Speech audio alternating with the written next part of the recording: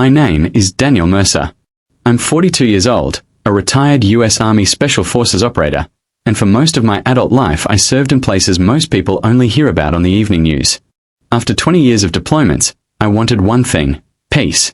That's why my wife Emily and I moved into a quiet suburban neighborhood outside Colorado Springs. The neighborhood looked perfect. Tree-lined streets, well-kept lawns, kids riding bicycles, families walking dogs. The kind of place where nothing exciting ever happened. Or at least that's what I thought. I didn't know the neighborhood already had a self-appointed sheriff. His name was Victor Harlan. Nobody liked him, but everyone tolerated him. Victor wasn't a police officer. He wasn't security. He wasn't even on the HOA board. Yet he walked around acting like he owned the entire neighborhood. He drove a black SUV covered with fake-looking emergency lights. He wore tactical clothing almost every day. And he constantly reminded everyone that he had once worked as a law enforcement consultant. Nobody actually knew what that meant. What we did know was that he loved intimidating people, especially families with children. The first time I met Victor, he walked onto my driveway without permission. I was washing my truck. He looked at me, then looked at my truck. You know, HOA regulations limit commercial-looking vehicles. I stared at him. This isn't a commercial vehicle. It looks military. It is military. So you should probably keep it out of sight. I smiled politely. I'll keep that in mind. Victor clearly expected an argument. When he didn't get one, he left. But from that day forward, he seemed obsessed with my family. Every week there was another complaint. Our grass was too long. It wasn't.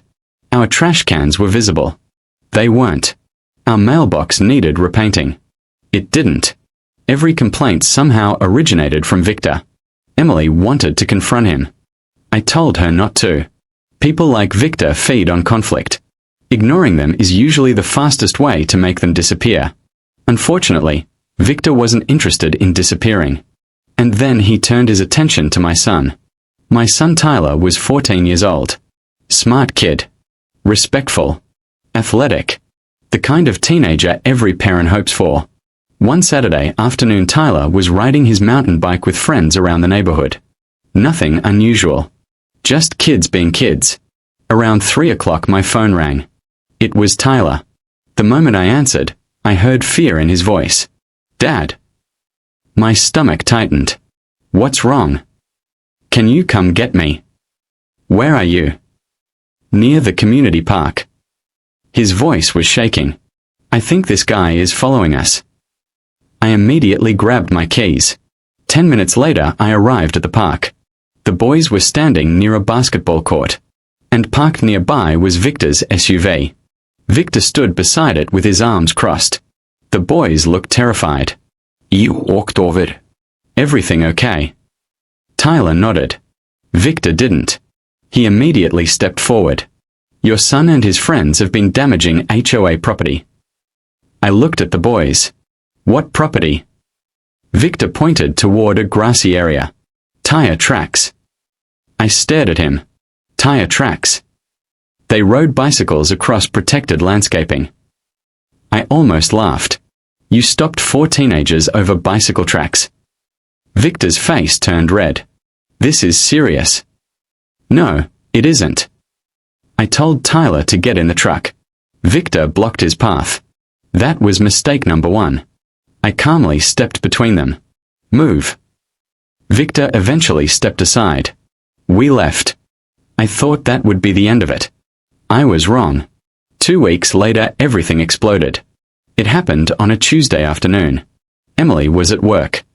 I was helping a friend with a construction project. Tyler got home from school around 3:30. At 3:47 my phone rang. It was Tyler. The moment I answered, I knew something was wrong. He wasn't speaking. He was crying. My heart stopped. Tyler. Nothing. Tyler, talk to me. Finally, I heard him whisper. Dad. What happened? Please come home. I jumped into my truck immediately. The drive home took 12 minutes. It felt like 12 hours. When I pulled into our street, I saw police cars. Neighbors stood outside their homes. People were filming with phones. And right in front of my house stood Victor. My son was sitting on the curb, shaking. A police officer was talking to him. I parked and ran. "Tyler." He stood and wrapped his arms around me. "I've seen combat. I've seen fear. I've seen panic. But I've never seen my son look like that." I turned to the officer. "What happened?" The officer glanced toward Victor. Then he sighed. Apparently, Tyler had been shooting basketball in our driveway. The ball bounced into the street. Victor claimed Tyler nearly damaged his vehicle. An argument started. Victor became aggressive. Tyler told him to leave. Victor then pulled a handgun from a holster and pointed it directly at my son's chest.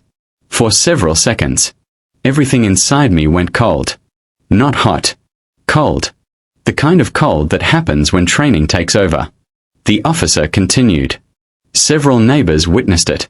3 people recorded portions of the incident. Someone immediately called 911. Victor insisted he felt threatened. Threatened by a 14-year-old holding a basketball. The officer didn't look impressed. Neither did the other officers. I slowly turned toward Victor. He smirked. Actually smirked. As if he believed he would walk away from this. Then he made another mistake. He looked directly at me and said, "Maybe if you taught your kid respect, none of this would have happened." The entire street went silent. I took a step forward. The officers immediately moved between us. Smart decision. Because at that moment I wasn't thinking like a retired soldier. I was thinking like a father. The police spent the next hour interviewing witnesses. Every story matched. Victor had initiated the confrontation. Victor escalated it. Victor displayed the firearm. Victor pointed it at a minor. The videos confirmed everything. Then came the moment Victor realized he was in trouble. An officer approached him. "Turn around. Hands behind your back." Victor laughed. Actually laughed. Then he saw the handcuffs. The smile disappeared instantly. As officers arrested him, he shouted that he knew his rights.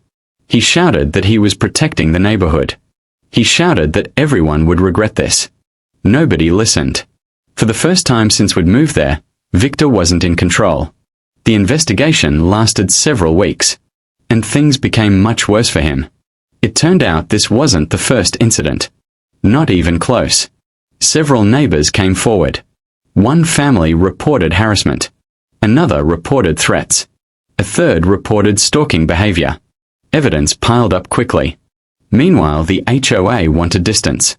Lots of distance. They issued public statements. They denied authorizing Victor's actions. They denied any relationship with him. Then came the lawsuits. Plural. Several families filed claims. Including ours. The financial damage was enormous. But money wasn't the important part. The important part was accountability. Tyler struggled for months afterward. A grown man had pointed a gun at him. That kind of experience doesn't disappear overnight. So we got him counseling. We supported him. And little by little he recovered.